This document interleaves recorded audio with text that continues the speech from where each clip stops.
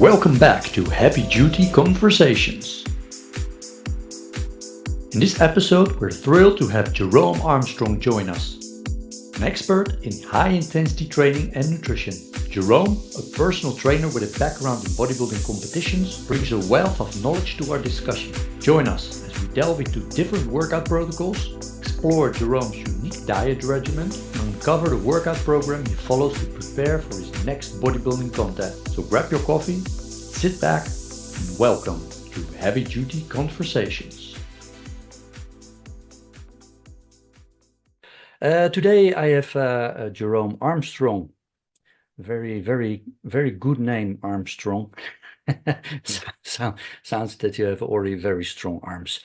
Jerome, can you introduce yourself a little bit to the audience, who you are, and what you're doing? Sure. My name is Jerome Armstrong. How serendipitous. I own a personal training studio in Grafton, Wisconsin, where I train people using high-intensity training principles.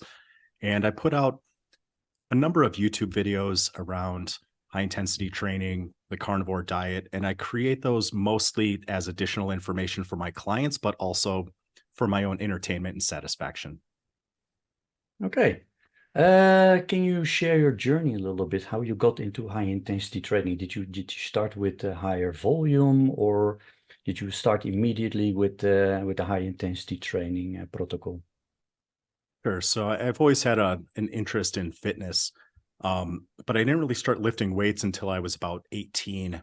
And at that point, I thought, well, what makes the most sense to do is to find the biggest, strongest drug-free bodybuilders and just do what they're doing. So two names came to the top of my list: Jeff Willett, Skip LaCour. They trained using the Max OT training system and ate the same diet, and they were sponsored by the same supplement company.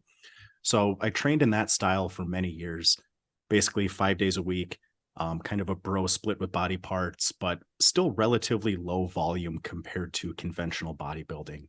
Maybe 4 to 6 total sets per body part, and everything was done between 4 and 6 repetitions. After doing that for a number of years, I had hit a plateau. I couldn't get any bigger, couldn't get any stronger. And in 2013, the year my daughter was born, I was a little bit stressed, and I used food like a drug, and I ballooned up to about 300 pounds. And I just didn't have time in my schedule to go to the gym that frequently. I couldn't go 5 days a week for 45 to 60 minutes. At the time, I was in middle management at a major US retailer. I was a volunteer firefighter. I was going to college. I couldn't go to the gym that frequently. And I remembered the name Mike Mentzer, that he trained relatively infrequently, somewhat low volume. So I tried heavy duty training as sort of a literal last resort. I was almost 300 pounds. I could only afford to go to the gym 20 minutes once every 4 to 7 days. And the second I started training heavy duty, I got very good results. And the plateau that I was at strength-wise for a number of years, I very quickly was able to exceed the lifts that I was previously doing within a few months. So at that point, I started soaking up as much Mentzer material as I could. And then my heavy duty and high intensity training kind of continues from there, but I feel like that's probably a sufficient introduction to my high intensity training journey. And what was the program what you started with? Yeah, I started with the ideal routine from high intensity training, the Mike Mentzer way. I figured that was the second one. Yeah, that was Mentzer's last book right before he passed. Yeah. And I figured that was probably what he considered at the end of his life to be the best routine. And I followed that for quite a while, but I eventually had to move on from it because I was getting so strong on squats and deadlifts that I knew the slightest breach of form on some of those movements, and I could have a chronic injury that would last me the rest of my life. Even moving relatively slow, I was squatting with, I think, 430 pounds, and I was deadlifting almost 500 pounds. And I said, at some point, if I lean a little bit, if my knee goes inwards while I'm squatting, I could really hurt myself here. So I have to figure out a different way to continue to do this. So from that point, I moved on from Mentzer's ideal routine. It was a smart move because yeah, the problem is the ego, because you want to Yeah. get stronger, and you want to improve yourself, and even on the exercises that can be very dangerous. So that was a smart thing to do. So from the Ideal program, you stopped it. How long you were doing that, the Ideal program? I probably did the ideal routine for around a year. And the first year or so, when I started training heavy duty and I saw how well I was responding in the gym to low volume, low frequency, I took Mentor's advice with diet too. I just counted all my calories, ate 60% carbohydrate, 25% protein, 15% fat. And I lost almost 100 pounds in a year. It was right around that, but I still had issues with migraines.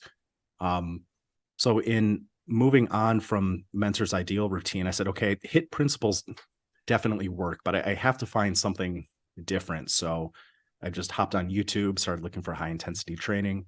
You were one of the first channels that I found. Drew Bay was another big name at the time and is still one of the preeminent high intensity training figures online. And then I started doing more of that kind of Arthur Jones style of high intensity training, full body workouts. I still kept the volume and frequency relatively low, but that was when I really was kind of introduced to very, very slow repetitions and full body workouts. And that's largely how I've been training ever since. Slow? How slow? Because there are people In that do it freakish slow, and so how slow is slow for you? depending on the movement, anywhere from probably 5 to 10 seconds in each direction. I found that if I try to move slower, that it becomes this series of starts and stops, and I'm Yeah, not able to move the weight smoothly. So most movements probably around 10 seconds up, slight pause, 10 seconds down, slight pause, and I keep that cadence up. yeah, keep the mechanics going. I tried from Ellington Darden the 30-30-30. I don't know if you, yeah, so you Yep. move really in 30 seconds, and it's for most exercises just it's undoable because you're going to stop every time. Stop, move to just keep going. And I think it's better to have a nice mechanic movement than try this. There are some people who have good motor units that can go so slow. And probably Mhm. maybe it's also, of course, how tall are you? What's the distance from A to B, what you're moving? I mean, somebody who's a 5'5" is of course a different distance than somebody who's a 6'5". So then Mhm. this 30 seconds can become completely different, of course. And you see really a difference between going a faster cadence or slower, or is it just purely for safety reasons? I haven't seen any difference at all. If anything, I'm stronger moving slower, as counterintuitive as that is for a lot of people. And this is an experiment that I've tried. If you take two dumbbells, like you're going to do bicep curls, and with one arm you lift conventionally, maybe 1 second up, 2 seconds down, and you go to momentary muscular failure with that arm, and then you take the other arm, same weight, and you move, essentially as slow as it's smooth, maybe 5, 10 seconds up, 5, 10 seconds down. The total time that you'll spend lifting and lowering the weight is significantly longer using a slower cadence. So if you were to standardize the time, you would lift a heavier weight moving slowly. If you standardize the weights, you're going to lift for a longer time with a slower weight. So moving relatively slow, I was even stronger than lifting more dynamically. But in general, I don't think it's a big difference between like a 3-3 cadence or a 5-5 or a 10-10 or 30-30-30. At the end, it's of course about failure. If you hit failure Yeah. in a certain amount of time, that's failure. So it doesn't matter so much. It's what I try to explain always. It's about the journey towards the end goal. The Mhm. journey should be safe, and yeah, how long it's going to take. You should, of course, you have to have at least a certain amount of time under tension, or else you didn't build up enough stress. You don't want to have it too long. And so how you get there, well, as safe as possible. So if that's in a slow cadence, faster cadence, as long as you do it safe, that's already good enough, right? Right. That's one thing I love, but also kind of a love hate relationship in the high intensity training camp is we tend to obsess over the most subtle of details when it comes to exercise performance, when, in my opinion, high intensity training is so much further ahead than other training modalities that as long as you're nailing the principles of safety, intensity, volume, and frequency, a lot of the stuff that people in our camp tend to argue about, I really just don't think matters that much. Yeah, it's a little bit of a nitpicking. I call them "you don't have to" people. They always you say, and they say, "I know, but you don't have to." No, you don't have to. No, but if you do it, why not? I think one of the main aspects also in what we are doing is motivation. Does it motivate you? I mean, for me, this super slow, like 10 seconds up, 10 seconds down, it doesn't motivate me. It's just not in, I'm wired a little bit different like that. It's not that I have to explode the weight up, but I want to feel the heavy part of an exercise of the dumbbell, and going that slow, just my mind goes wandering Sure. when it takes too long. So it's also, of course, mentally something. Can you do this? Hmm. And if you can, yeah, why not? Why not? If you do 10 seconds up, 10 seconds down, Sure. you do 5 repetitions and you 50 seconds and you hit failure and finish. But I can't do that. So yeah, personality is also very important because you Mhm. can say you have to do super slow because of this and this. But if somebody just can't, they can't just focus on the exercise anymore. They can't just put their essence in there. How long are you going to do this? You want to do this 40, 50 years. So you have to find something that you also enjoy. It should be safe. Also have to do something that you enjoy and not think, yeah, well, they say that you have to do super slow because that gives the best results, which is of course not true, but it's the safest. It's the safest way. Yeah. And I have some clients, and I see that here too. Some clients prefer much shorter time under loads, some like much longer time under loads. I have some clients that are really good at moving the weight really, really slow. And some people I would probably get crucified in the high intensity camp if they saw how I have some people sometimes train only 2 or 3 seconds up and then really control it slow on the way down. Um, but you're right. It's as uncomfortable as training is, you also want to make sure that people are going to be doing it, across a lifetime. Yeah, you have to enjoy it. I mean, for me Mhm. myself, I do my favorite cadence is 2-5 for most exercises. For the I look also what is the distance from A to B. When you do a dumbbell curl, it's a short distance, and you do this for 10 seconds, it's pretty long. So yeah, you can make that a little bit shorter because it's about the speed of the movement. So if you do a pullover in a pullover machine, that's a long distance what you travel. Mhm. Then suddenly this 10 seconds feels normal because I tried it with a pullover machine back in the day with a 4-2-4 cadence, but I just feel that it's actually a little bit too fast. Yeah. Before I'm squeezing, it's a pretty fast tempo, so you could do this a little bit slower even. But yeah, I'm a little bit taller, and if you're a little Mhm. bit shorter, the distance is different, so you have completely different cadence. Yeah. What you're doing now? We had some conversation on Facebook time ago. You have a very particular training now, the consolidation program, a consolidation program. You really Yeah. make it so short and train only once a week. Yeah. For a while, I was training one set per day, and we both probably know Blaine Dusing Yeah. is doing the same thing. But for me, one set per day at the intensity that I like to try and take a set to me, that was overtraining. After about a week of that, I was like, this is too much. I feel run into the ground. I'm tired. Um, just feel like I can't do this. I have a client that we were looking at doing a bodybuilding show back in November, and he was having trouble sticking to his diet. So we've rescheduled that contest, that bodybuilding show, to June 1st here in my home state of Wisconsin. And I decided for this contest prep, not only do I want to do a 6-month prep doing nothing but a consolidated routine, but I want to do it with nothing but time static contraction. Um, I've done a number of presentations on my YouTube channel, and the more I dig into some of this, the more at least I think, and the more I experiment with it with my clients, I tend to think that properly done, a time static contraction or an isometric is more beneficial than conventional dynamic repetitions with movement for size and strength increases. And the only way that I can really test this is, okay, I have to do it for a long enough period of time to where if it was potentially negative, I could see the negative consequences. So it makes sense to do a 5 or 6 month bodybuilding contest prep, doing nothing but isometric exercises. And at least the routine that I've created for this contest prep, it's 4 total sets once a week. And we can dive into that further if you'd like. Yeah, of course.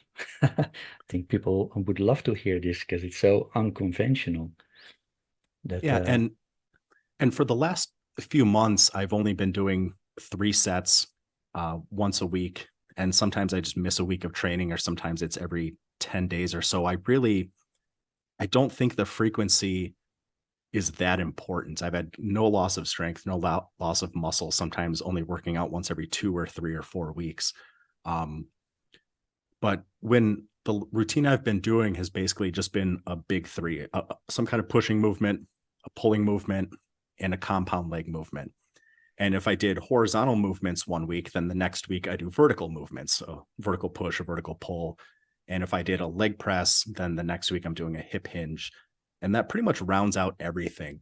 Because I'm going to be doing isometric work, there are some things that arguably don't get as much direct work. So I tend to think that a leg press probably gives a sufficient stimulus for most individuals, not necessarily everybody, but for most people with their calves. But if I'm going to be doing a leg press as an isometric, to where I rig my leg press in the bottom position where my legs are at about a 90-degree angle, that's probably not enough of a stimulus for my calves. So my workout routine for this bodybuilding contest prep, workout A is a chest press, a pullover, a leg press, and something for forearms. I'll probably just do a time static contraction grip. And then the next week is going to be an overhead press, a bicep curl, since the biceps don't get any activation in a pullover, a hyperextension for the lower back, or a time static contraction deadlift, and then 1 set of time static contraction calves. So I'm kind of rounding out everything, 4 sets once a week. And I think that'll be more than enough of a stimulus to at least maintain my existing muscle mass as I get ready for this contest. And this time static contraction is all in the towards the bottom part of the exercise? Yeah, it depends on the machine. So in general, when I do time static contractions, I try and aim for about the midpoint of the range of movement. And I'll probably switch the position occasionally. So with the leg press machine that I have here at my business, it's just easier to lock it in the position where it's at the bottom. I have a plate loaded leverage leg press. So to try and fix it in a position different than that would be really, really difficult to do. I'm not sure I could conceivably do that. But in general, like most movements right around the midpoint, I think is probably going to give the best activation for the most muscle groups. Yeah, I think especially for legs, you don't want to go too high. And I think for the pullover also, when you are in this midpoint position, that you're really squeezing the lats also. But you don't do anything for rear shoulders, or you just go along the way, because you take 6 months. So along the way, you can see, of course, oh, this muscle group stays behind this group. So you can always adjust. You just have to pay a really good attention. I did this also with this consolidation program, what I did. I don't have a leg press, so I noticed immediately after 1 month that my calves were regressing. They were getting smaller and smaller. And it went pretty fast. While I have at my work, I'm walking all day, so there should be some stimulus from this, but it was just not, because I was regularly training my calves, and I grew them for the last few years after lots of years of training, because finally I started really focusing on the calves, so they started to grow. But as soon as I cut them out with the consolidation program, I saw it getting smaller and smaller. My shoulders, normally I would do also a lateral raise, I still, after 6 months, I don't train side of my shoulders. So Yeah. I just know that, okay, they're going good. They're growing even, so I don't have to do this. So that's a very Right. smart point, of course, when you start with a consolidation program to see, listen, I was training all these years this specific exercise for this specific muscle, and I don't have to. You can do this later, of course, because yeah, we both love to train. So, and Mhm. if you like to train and you like to train, you do like to do a curl or a lateral raise, you can do this always just for the feeling. But you know, back of the head, you don't have to. So I Yeah. think that's very good for the with the consolidation program and the program that you're doing, that you learn along the way that how your body actually works and reacts. Yeah. And if you adjust your body mechanics just a little bit, you can have a significant change in the involvement of the muscles that you're working. So you're right in that a pull down, if you're relatively upright, it's going to be almost exclusively lat doing a pull down. Yeah. But if I'm doing a time static contraction pull down and I lean back a little bit further, it almost becomes more of a horizontal row, which is going to involve more of the traps, the rear delts, the rhomboids. So I'm not really concerned about missing anything. And as long as I've been training a big three style of exercise, I've had no loss of strength or development seemingly. And at least for me, 3 sets once a week or 4 sets once a week seems to be a pretty good sweet spot. Yeah. Yeah, so you said already that you're going to do a bodybuilding competition, and you're going to do this with a diet of a very strange diet for, I think, for many of my listeners, and that's a carnivore diet. So how are you going to approach that? Because, well, everybody says that you have to eat carbohydrates to either build muscles and or even get fuller and maintain muscles. So how are you going to approach that? Yeah, really my biggest concern with myself or with somebody who's getting ready for a contest is going to be controlling hunger and controlling cravings. And for me, a carnivore diet has done a better job than any other diet at making me feel satiated, keeping my energy nice and stable, and having positive changes in body composition with very little suffering. In general, for me, if I eat one meal a day, anywhere from 2 to 4 pounds of beef, my body composition tends to move in the right direction. Now I'm a little soft now because of another video and N=1 experiment that I'm doing, but in general, with a carnivore contest prep, my strategy is basically take my body weight times 10.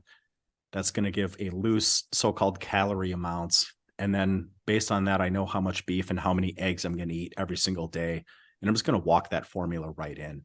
I've created a Excel spreadsheet for myself that I just put my weight in. And then based on my weight, it just tells me eat 2 pounds of either 73-27 beef or 80-20 or 85-15 plus this many eggs. And that's going to get you really close to that calorie goal.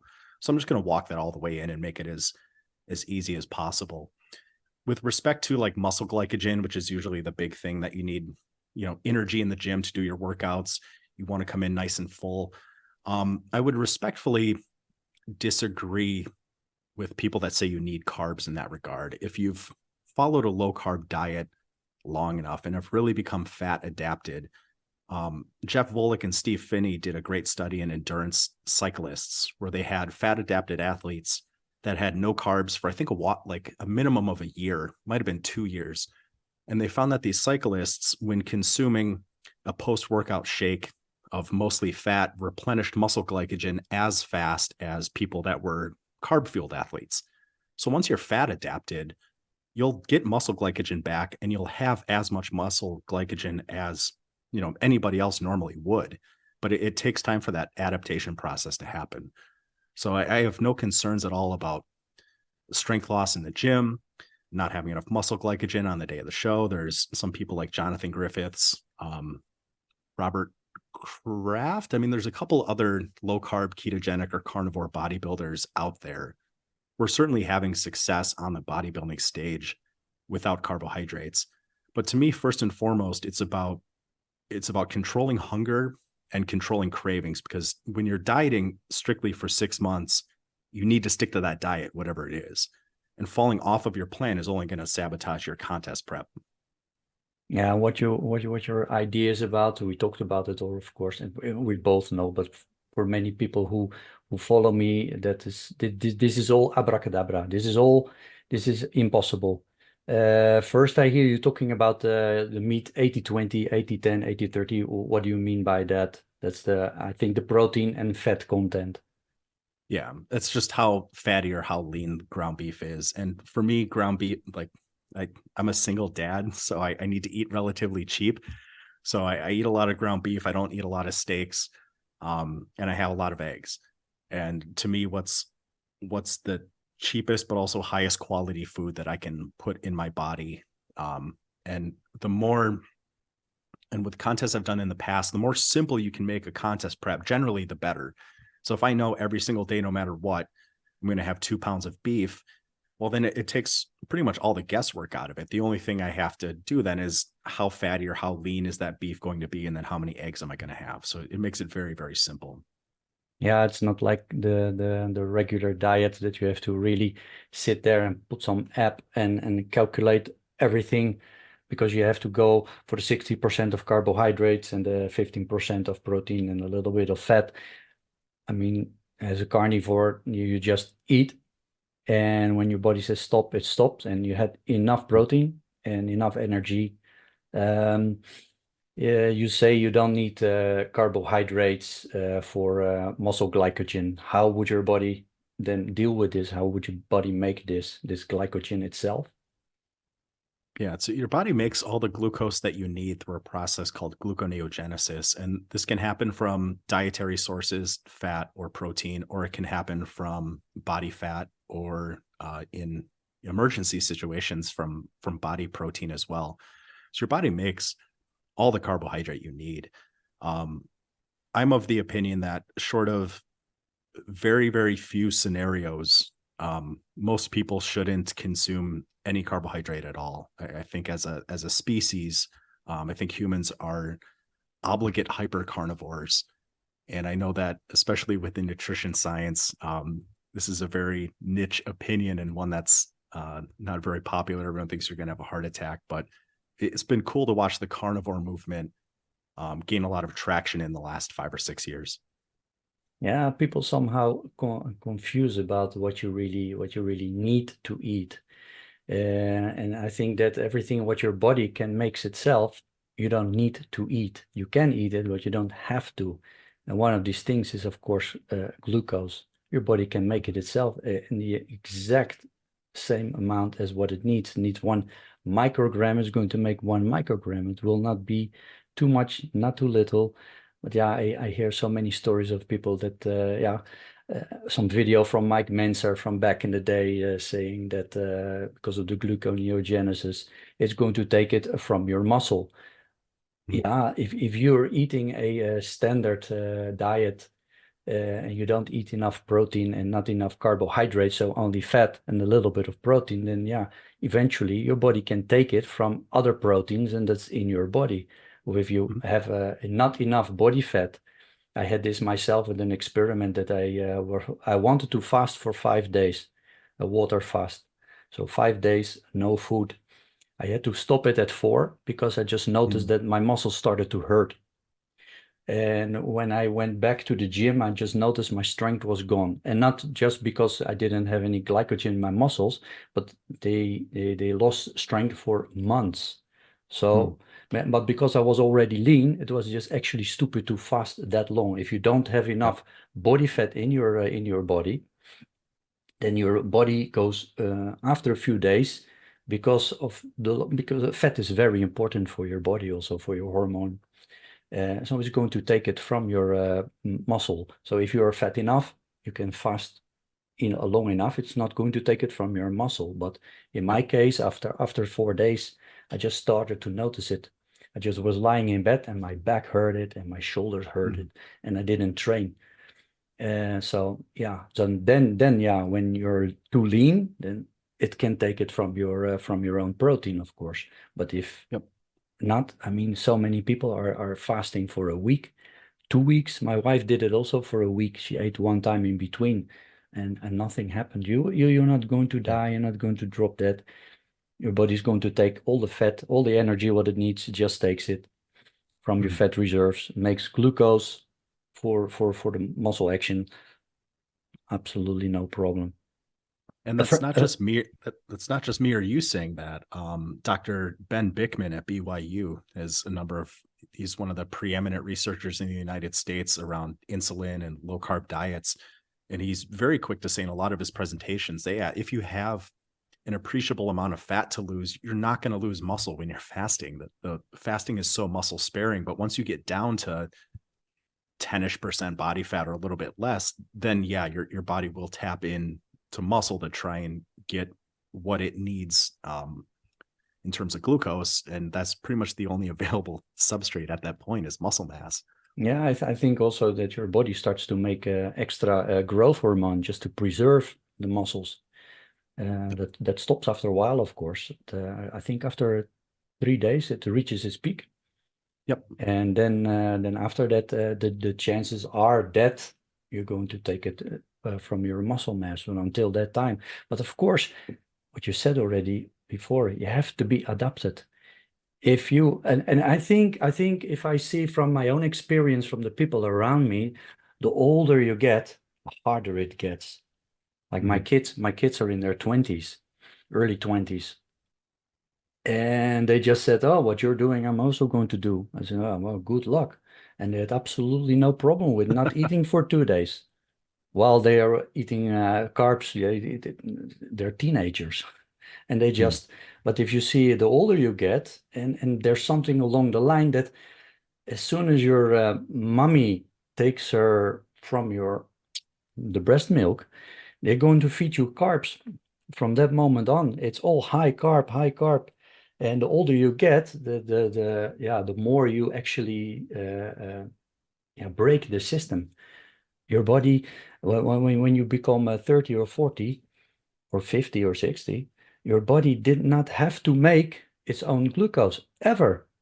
Or Mm-hmm. maybe in some situations, but almost never. So before that system can really be activated 100%, that it can make that is really immediately start taking from your fat reserves as energy and makes itself from this fat the glucose. That can take a while. And as you see many people that they try a ketogenic diet or a carnivore diet because it's going to be January, so it's International Carnivore Month, January. So everybody's Mm-hmm. going to start, and many people are going to fail because of that, because they don't get this transition. Bart Kay says it perfectly that the people, you have to transition. Give yourself at least a month. Go from the diet that you're doing now, the high carb diet, and just cut out every time a little bit more until a month later, then you can be fully carnivore and still you're not fully adapted. Yeah.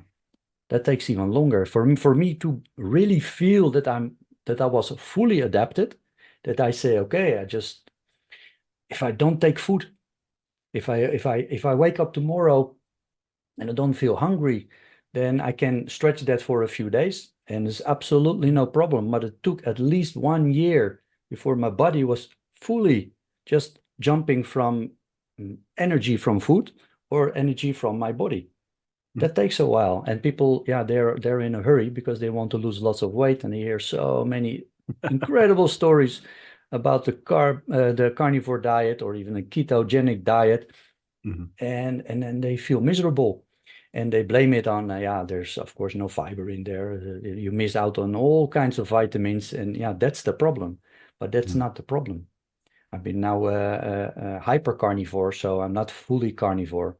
I eat about somewhere around, I think around 60 grams of carbs a day.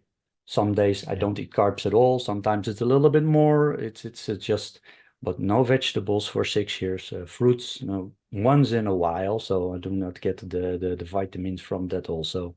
Almost no fiber. And I'm now 6 years in and I'm still alive. But it's Yeah. it's the beginning. It's this transitioning that you should be careful for. And maybe it was just, I'm a little bit stubborn, but I went from that Mike Mentzer 60, 25, 15 right into ketogenic diets, and then I followed ketogenic diets for a few months and went straight to carnivore from there. So the adaptation for me was a little bit rough. Yeah. But I looked at it like ripping off a Band-Aid. I just wanted to get it over with. But in hindsight, it would have been a lot smarter to really take my time over a few months. But for me, the impetus for that was, since I was a young adult, I've had chronic migraines. And I had read something at one point that ketogenic diets can go a long way to help reduce the frequency and the intensity of migraines. And when I switched to a ketogenic diet, I went from having a migraine, maybe 2 to 3 a week to 1 a month. And then when I went carnivore and was really strict with carnivore, not only have I not had a migraine since on carnivore, but I've had very, very few headaches, to where I used to get headaches almost every single day. So to me, it was very clear that large amounts for me of dietary carbohydrate were probably somewhat causative in frequent headaches and frequent migraines. And in dropping those out entirely, it's really changed my life. Yeah, and you hear this from many people. I started myself on this journey, but not for myself, but for my wife. My wife had health problems, still has health problems. We changed it a little bit with the eating the ketogenic diet, or a ketogenic diet. My wife still eats some vegetables once in a while because she likes it. But I thought, okay, let's say, because I have lots of experience with my system, with my body. I know how my body reacts. Let me try it first and then see how I feel, and then I can help you with how you're going to feel. And I thought I didn't have any health problems. And suddenly some problems what I had some, but it was, I don't know how you call it, arthritis. Yeah, in my hands, that once in that they just hurt. My knuckles hurt. They became red, inflamed. When I hit them on something hard, on some table or something, they were like they put burning needles in my knuckles. So much pain. And I had this already from since I'm 18, 19 years old. And the doctor said, yeah, it's this and this. We can't do anything. We can give you some ibuprofen or some other medication just to get the inflammation back. I never did this. I never took it because I just thought, no, yeah, that's part. My mother had it. I have it. And that went away. And so I can hit my knuckles now, and there's absolutely no problem. Before, if I would do that, then all the knuckles would become red, with all inflamed and with the pain with it. So while I was trying to help her, I was helping myself. Yeah. I have been operated on my foot 2 times because there's some the tendon in my foot that had some lumps growing on it. They call it here. They call it the disease of Lederhose. This guy, Okay. his name was Lederhose, and yeah, he named it after himself. And I was 2 times operated because I couldn't walk anymore because of this lumps on these tendons. They were swollen, and I start to limp. So I had to be operated. And on my left foot, I have exactly the same. But since I eat how I'm eating now, I don't have any problem. As soon as I'm stupid enough to go back and to eating a little bit more carbs and maybe some bread once in a while, it comes back. After a few days, I start to feel it immediately. It's just this inflammation what you get, and I think it's also with holding excess water from eating carbohydrates, and the inflammation from the grains and all these things that sit somewhere around the joints and around that just causes the problem, that causes the inflammation. So while I was trying to help her, I helped myself with things that I thought, no, I have to live the rest of my life with. Yeah. And I had a similar situation too, with like 3 days of nothing but red meat, salt, and water. I was married at the time, and my bedroom was on the second floor of our house. And I was walking downstairs after 3 days of carnivore, and I thought, like, man, my knees feel really good, and my hip doesn't bother me. And I bent over to put my shoes on, and sometimes you can live in pain for so long that you kind of forget that you have pain. And instead of leaning over sideways to put my shoe on, I was able to bend straight over and put my shoes on. I'm thinking like, I haven't put my shoes on like this in years. So for me, the same thing, inflammation, when I'm strict with how I eat, just goes through the floor. But yeah, when I have those indulgences, it all comes back, and it comes back very quickly. I Yeah. feel it in my knees, my hip, my back, my fingers a little bit. And it just makes me never want to eat some of that garbage again. Yeah, yeah, I have the same. I forgot, I have it also with my knee when I did judo competitions from the age of 13 till 18. And one time some skinny kid, he threw me, and I felt that if I fall on the ground, that is going to be an ippon. He's going to win. So Hmm. I turned in the air, in mid-air, and I landed flush on my knee. So yeah, I had to go to the hospital, and there they found that the knee is a little so is damaged, but not so much damage that they have to repair it or do something with it. But Hmm. from that moment on, from my 18th birthday till actually that I started this kind of eating, every year, once or twice, I was limping.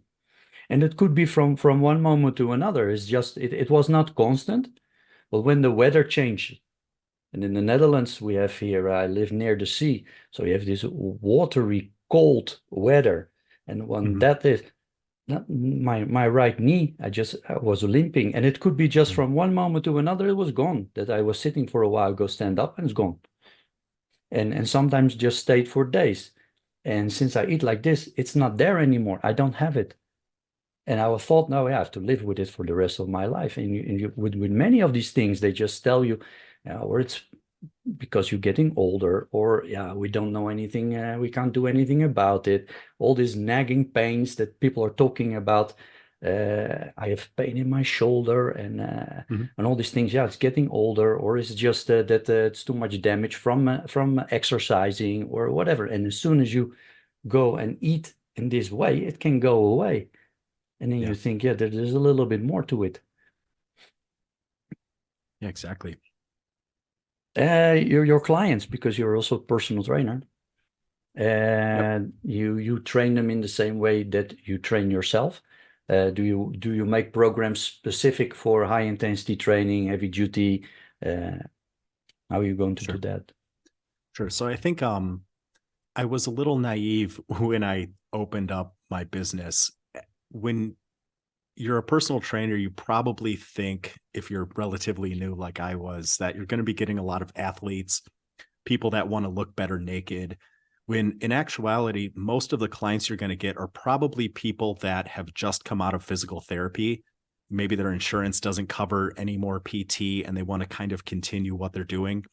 So most people I have are over the age of 55 and have a number of chronic health conditions, rheumatoid arthritis, lupus, um, bad shoulders, knees, hips. So a lot of what I do is like puzzle solving. How can I apply high intensity training principles around these conditions and still get the desired benefits of exercise? So in general, I start most people once a week on exercise, doing relatively close to like a body by science big five workout, a horizontal push and pull, a vertical push and pull, and some kind of compound leg movement or hip hinge. And then based on any conditions they may have, sometimes we do additional things or we eliminate certain movements and we kind of work around that.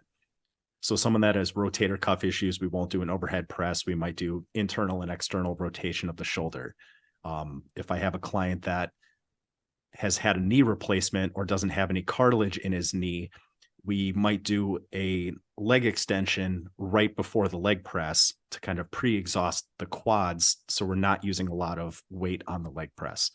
Or we'll drop the leg press and do a leg extension, leg curl, and other hip hinging movements to round out the glutes. So there's a lot of what I do is puzzle solving, but I still stick to high intensity training principles: intense, very brief, relatively infrequent. And then for most clients, it's kind of working around these limiting conditions to try and improve quality of life. Yeah, so the slow cadence comes in handy like this. because it's Yeah. it's much more safer for these people, of course. But And I would love I would love more people that just want to get in better shape or look yeah, better naked. But my youngest client is 15 and he plays soccer or football. And my oldest client is 87. So you get the whole broad spectrum. spectrum, yeah. Yeah. Yeah, but it's interesting, of course. Of course, we all want to have the perfect client who wants to become as big as possible, and you can experiment with him and try your things out, of course. But it doesn't work like that, because the people who want to do this, they're going to look at the biggest guy in the gym and they're going to ask him, how you did this. Yeah. Yeah, that's a problem, of course. And the diet, you plan also the diets for them? You put them on the carnivore I, diet, or you're not that yeah. pushy to say from you have to eat like this, or else it's not going to work for you. I give recommendations on diet, and when somebody comes in to my studio, I'm very quick to explain to them that exercise does very little if you're looking to lose weight. It's great for building muscle. It's fantastic for improving quality of life if you have aches and pains or mobility issues. But when it comes to losing weight, it's almost exclusively diet. So I'm happy to offer my thoughts and I'm happy to talk you through those in the extra time that we have in your appointments. But that's a whole separate service. And any personal trainer who is going to tell you that you can lose lots of weight by working out 4 or 5 days a week, I think they're lying to you. They either don't know or they're deliberately lying. Um, in general, when I talk with clients, as much as I would like to get everyone to eat carnivore, my bigger concern again is what are they going to be able to stick to? And some people just will not give up pasta or bread or certain foods that they enjoy. So usually what I ask people is, what have you done before that has worked relatively well for you? Because most people have tried to lose weight. They see some results, they fall off the diet, they go back to eating normal and they gain the weight back. So I usually start with people, what have you tried in the past that's worked? Do that for now, and we can always raise your standards. We can always take things to a higher level. Eventually, I try and lower carbohydrates, processed foods quite a bit. I try and encourage some method of tracking food intake, whether it's calories, points, whatever. But to me, it's about building momentum in a positive habit. And then you can always make things better. But first, it's about just getting them to take consistent action. You have clients that when you explain about high intensity training or the program, what you're going to do, that they say, listen, do I have to pay that and that and that amount for just this 20 minutes workouts that you're going to put me through? They want to have value for their money. They at that moment they think their time or the training is their value, but eventually, of course, it's the results. What is the value? How you talk with these people about that and explain to them, okay, this is what I give you, and this is the result what you're Sure. going to get. So what I used to talk way too much, and you can talk until you're blue in the face, but the way I do it now is I give everybody 2 or 3 or essentially as many free workouts as it takes for it to click.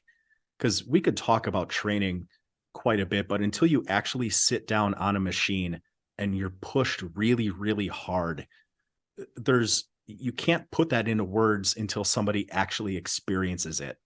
So in general, I'll give people 2 free workouts. The first one is so they can get used to the machines, how the movement feels, how hard I'm going to push them, moving relatively slow.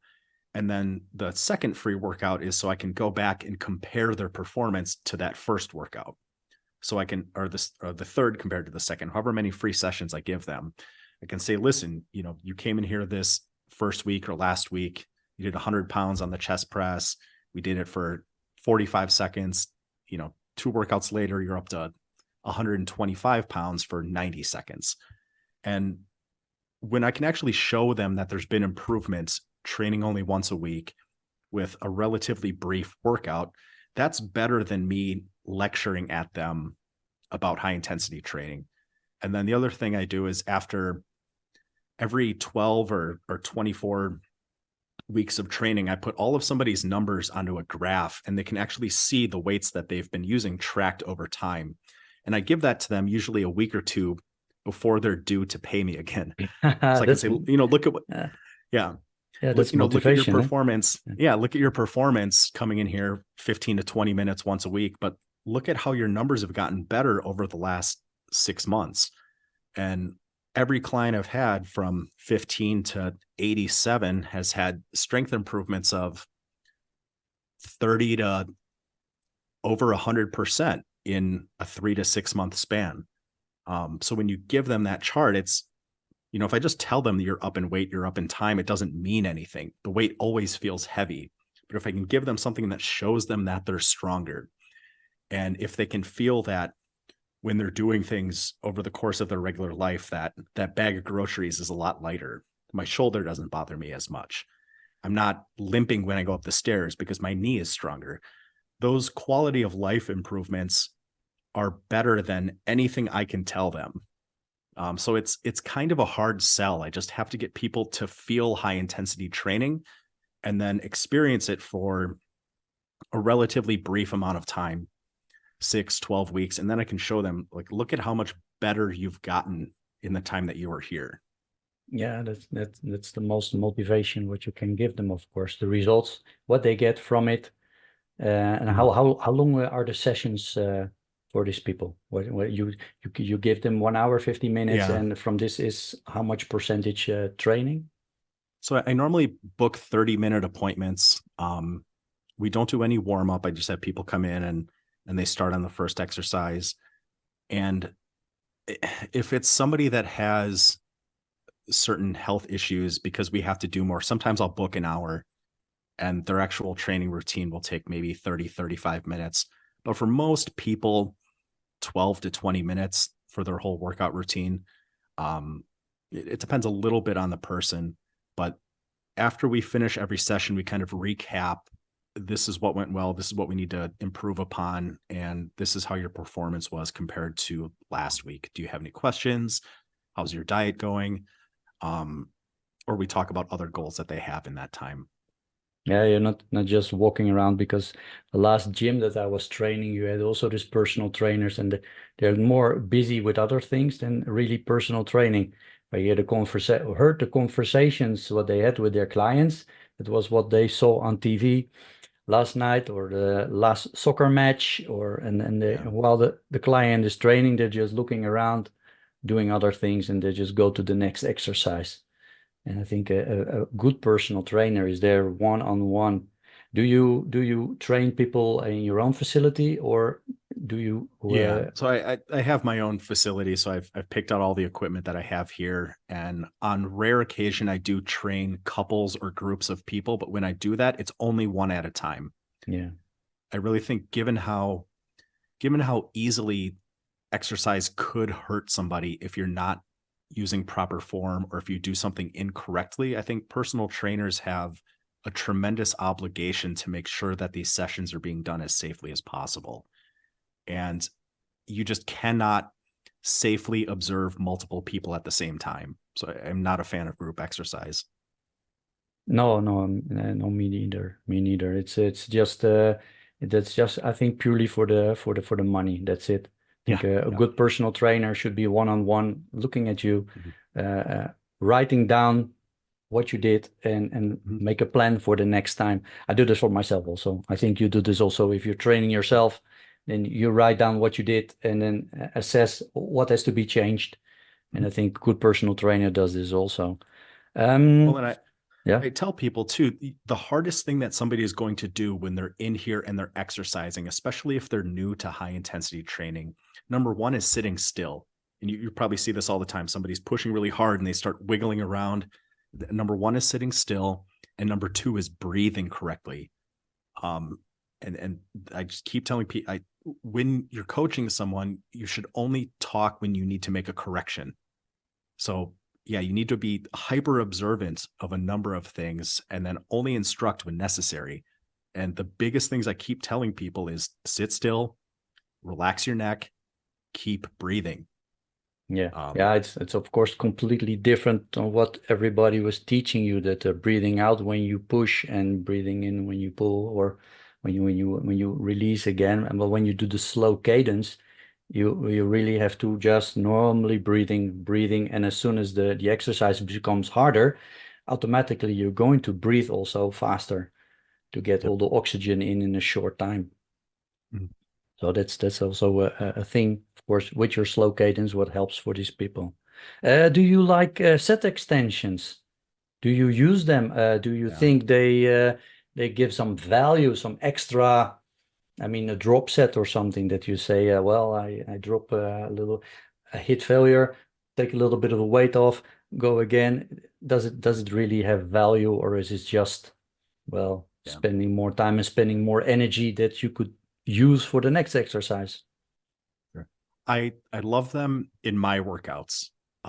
So I call my dad a lot, and he comes here and he's my training partner, and we push the intensity as hard and as long as we can.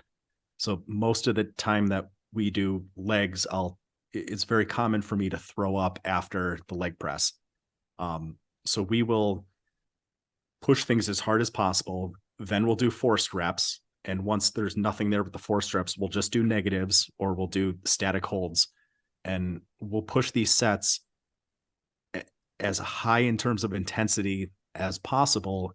But for me, that's a mental thing. I like feeling that I put everything I had into that set. I don't think it builds any more muscle than just going to positive failure, but I like that feeling of wanting to cry after an exercise.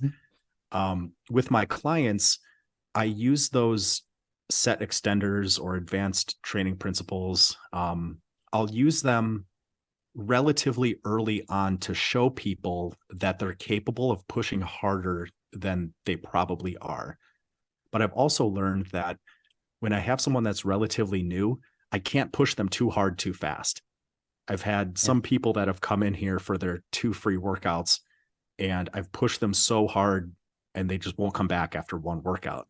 So Yeah. I break people in pretty easy. And then after 6 or 8 workouts, then I slowly start working some of that in to show them that, listen, you can push harder than you are.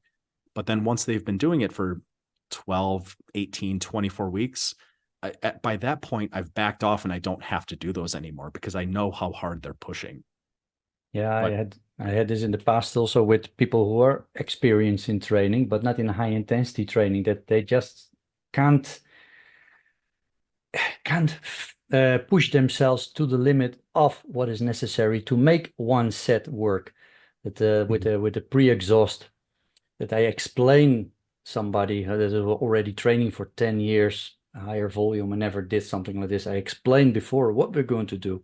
Going to start with the pec deck exercise, and then when you finish, you hit failure there, we go immediately to a press.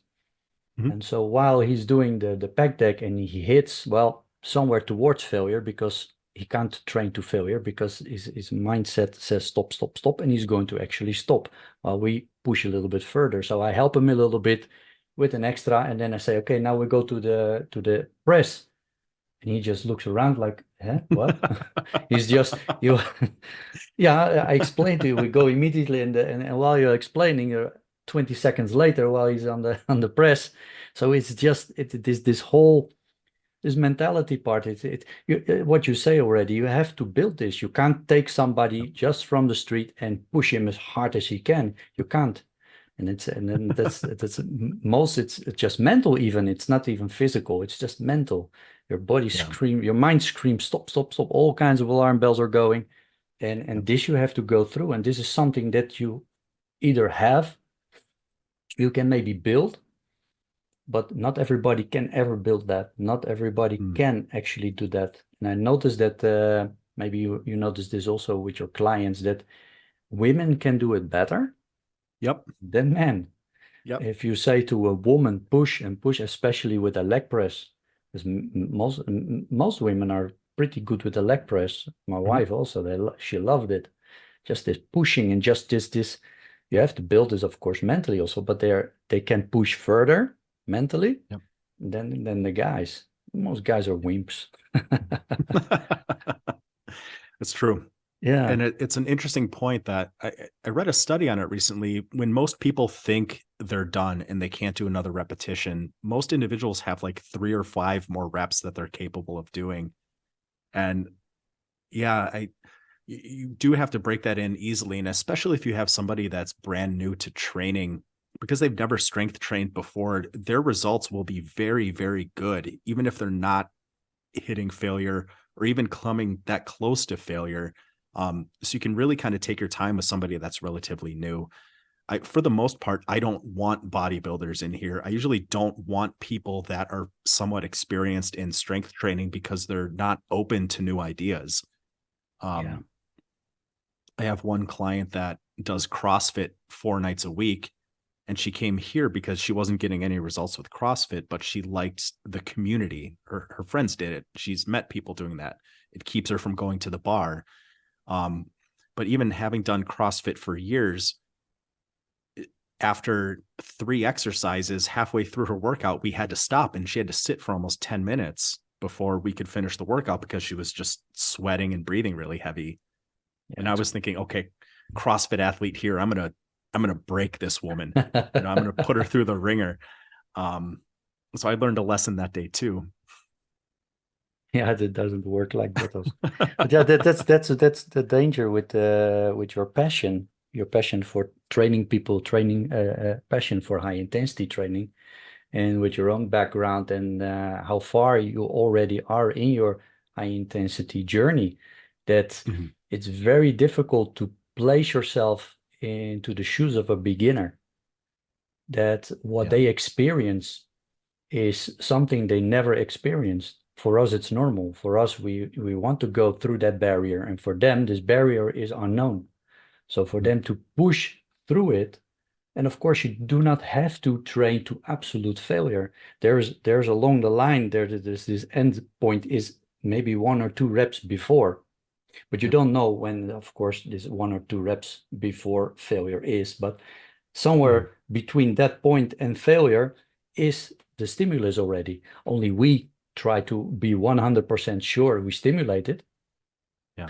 But yeah, you see with people that, especially in the beginning, when they're beginners, that yeah, they could have done more. They could have done 2 or 3 repetitions more. But yeah, when you do this with a beginning client, you're going to scare them away. Yeah. First, of course, the terror of hard training, then the muscle pain, what they get afterwards. That is unbelievable, of course. So yeah, you have to be careful with that. I've made that mistake a few times. Sadly, it cost me 3 or 4 clients before I learned that lesson. I think it already starts when you're calling it high intensity training. They already get scared. I try not to use that word too much. High intensity training. I tell people I'm going to push them hard. But I've become a little bit more selective in how I do it. I kind of let them reach the point where they feel that they can't do another one. And then I'll ask them to just try to do another one. Yeah. Just, and then if they can't finish that one and I need to raise the intensity a little bit, I'll lift it for them and then they'll just do 1 or 2 negatives, but it's just to get them through that barrier. But no, I'm not doing anything crazy with anyone where I'm trying to destroy them. Those are solely for my workouts. I think that's also not a good thing to if you want to have clients or you want to show somebody what is high intensity training, just to try to break them. I've seen that so many times that you train with somebody and you thought, no, okay, now I'm going to break this person. And it's not so difficult to break them, but you don't want that. You don't want to scare them away. But right. That's. And you have especially this with older people, younger people.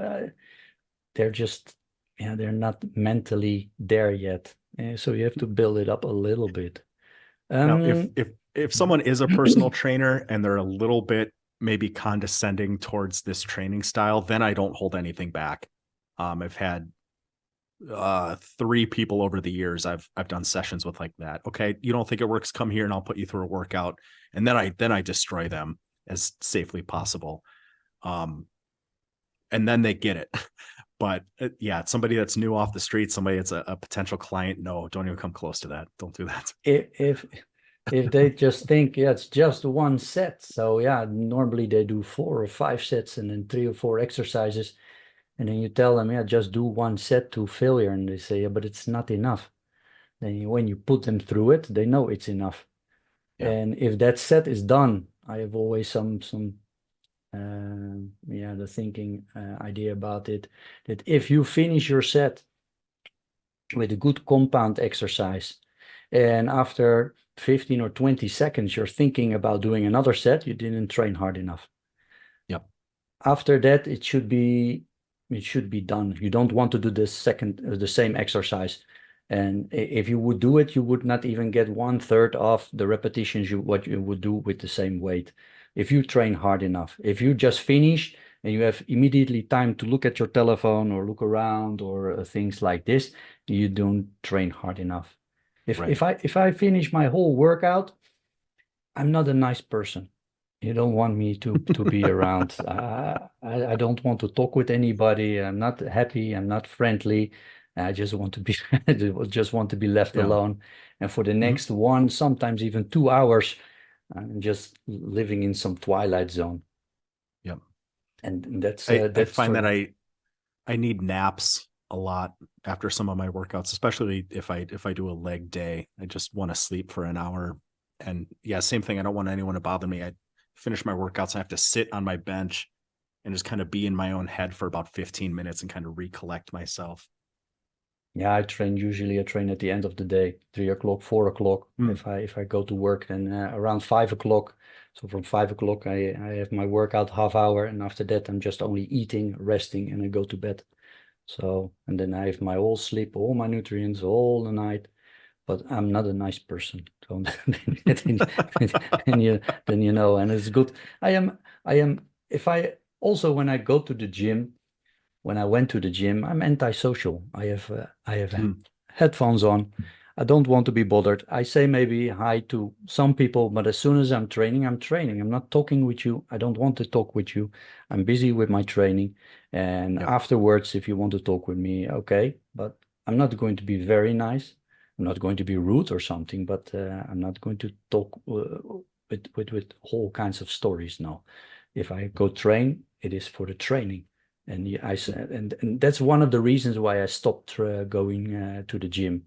First, there was Corona, so the gyms were all closed, and I don't want to anymore. You go to the gym and you get annoyed by the people just sitting there on the benches, looking at their telephone, scrolling through Instagram or all these things, waiting till the next set, and all these people just are all in my way. I want to go from one exercise to the other, and I don't want anybody.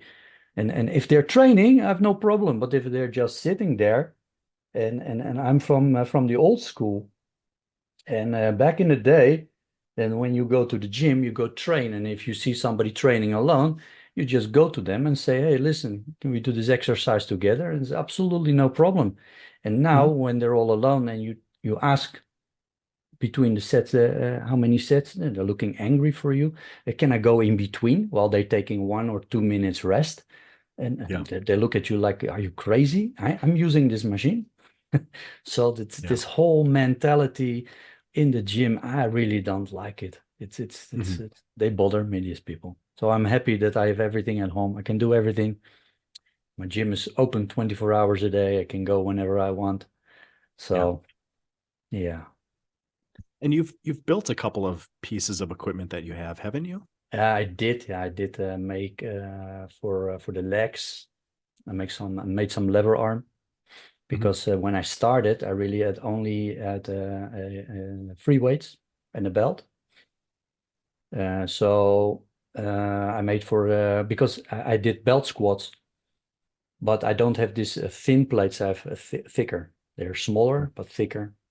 Mhm. And I had to use after a while so many that my legs were like this wide, so I couldn't do my squats anymore. It was so uncomfortable, and Yeah. this chain between my legs. So I thought I have to find something else. So I made my own lever arm where Mhm. I could all put all my weights on, and I could do belt squats like this. Until think I was 1 year training at home. then somebody asked if I could make something with the resistance bands.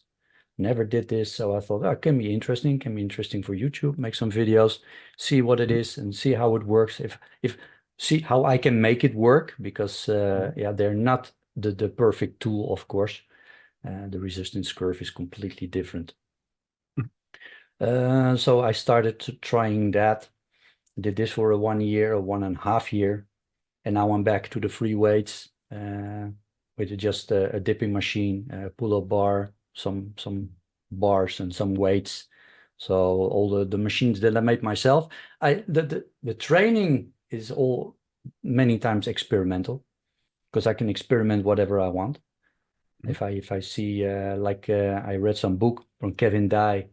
He's a guest, but I have later this week, I think. He does 1/3 in the bottom position from most exercises. So you get this stretch mediated, how you call it, stretch mediated hypertrophy. So you're really only in the bottom where the muscles are the most stretched, like for the dips, really in the bottom position. Because I felt also when I did the dips, when I go completely with full range of motion, the last part is almost all triceps. The chest is assisting, but it's not really, it's not working that hard. So I read this in his book and I started trying it, and it works wonders for me anyway. Just only in this bottom position. It's 1/3 of the movement, almost towards half. But at the moment that I feel that my triceps are taking over, I go back, and the cadence is 5 seconds down and about 2 seconds up. So it's pretty slow for a 1/3 movement. And the results are there. Yeah, I really like it. My shoulders, chest, everything started to growing again. And I see even more and more research. I don't know if you know Menno Henselmans. Yeah, okay. So he came time ago also. I saw a whole video about him, about this stretch mediated hypertrophy. And but this Kevin Dye did this already since the 90s. He started experimenting with it. So he's light years ahead, this guy. So I really have to talk to him about this, that the science comes now with it while he's doing it already for 30 years. Yeah. Stretch mediated, I haven't read much on it. I read one meta-analysis that looked at 26 studies looking at training muscles in the lengthened position compared to the shortened position.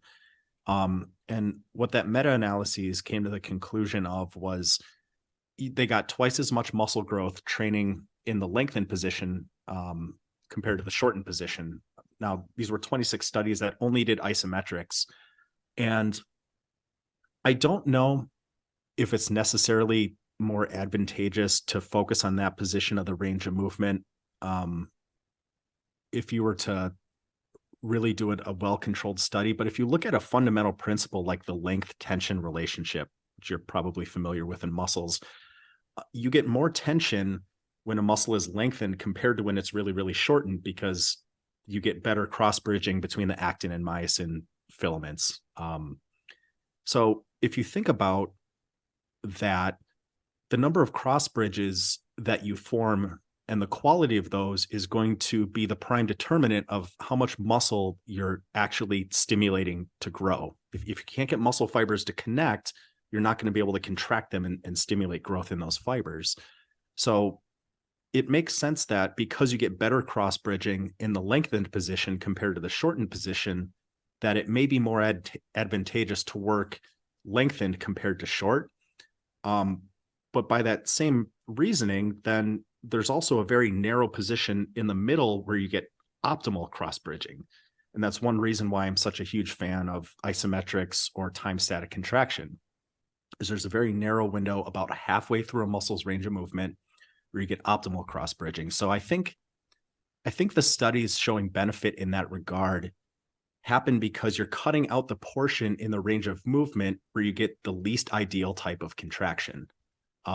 Is lengthened better than training most of the full range of movement? I don't know. Maybe.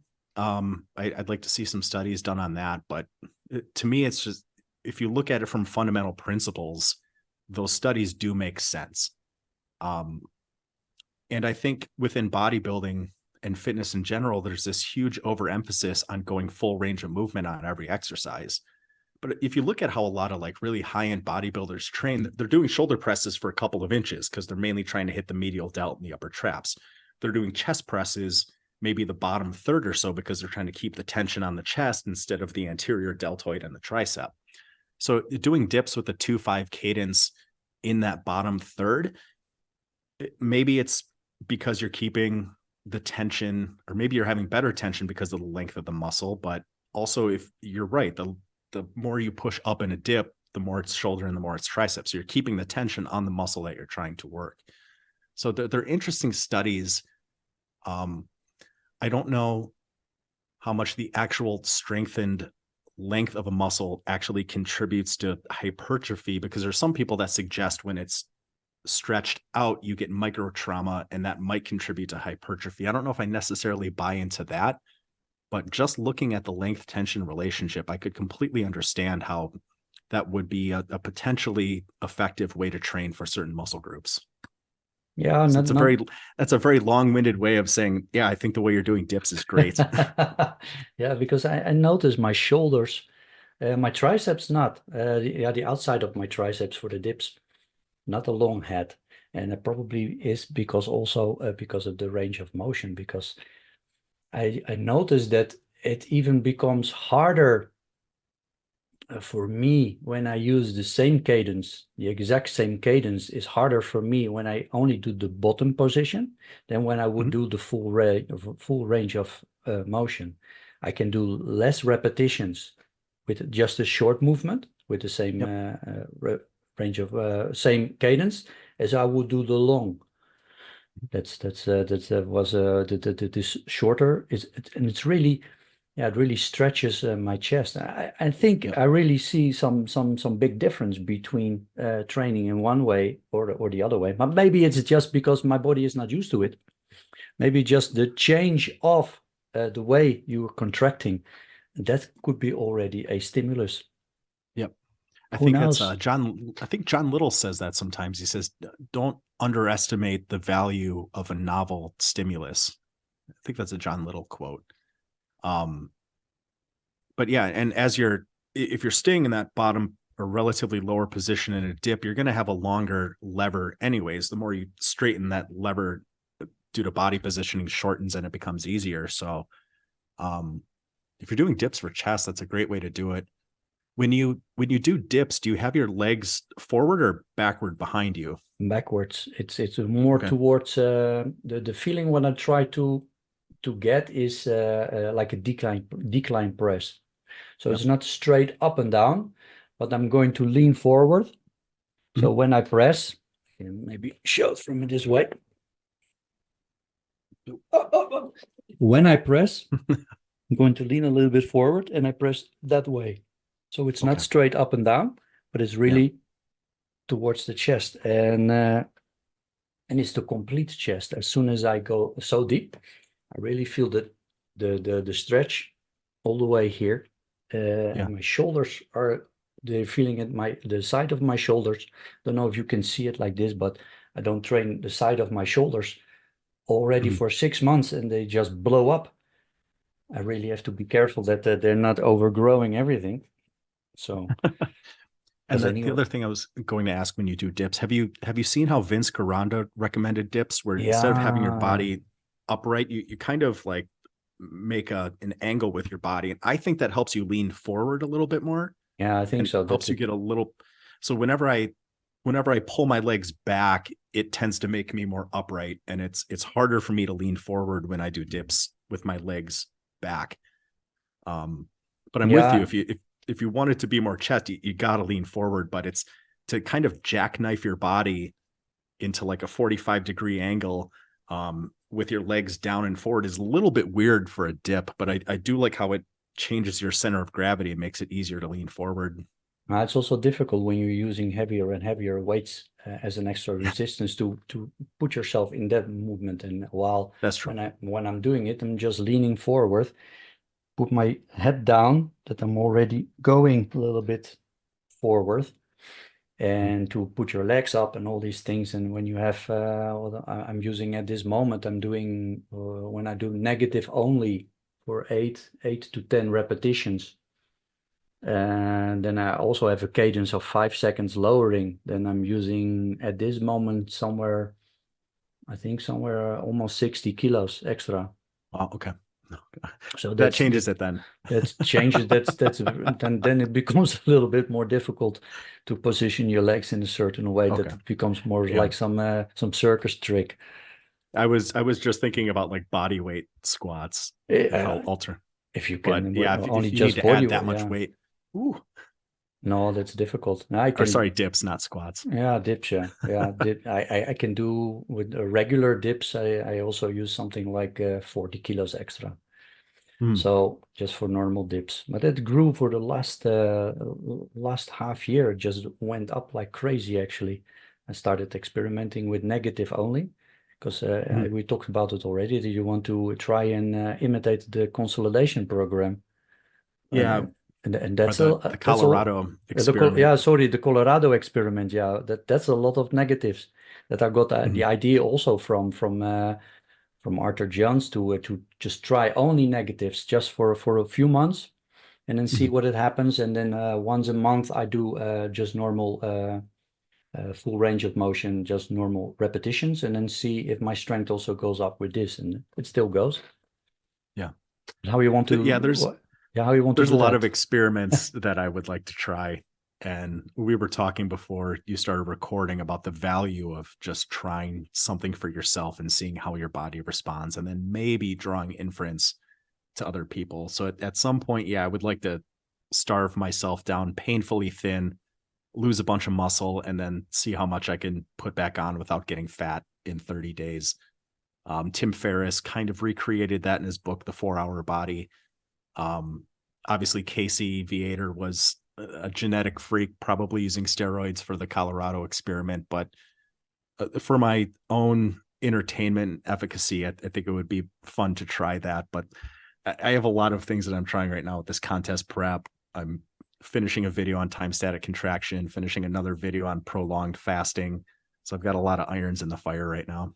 I don't want to try too much, especially not with your upcoming contest. You don't want to mix things up and you cloud your objectivity. The more variables you have, the less you're able to accurately assess the effectiveness of one thing or another. Yeah. Well, it was very nice to talk to you. Finally, because we know each other for a while already. First time we talk.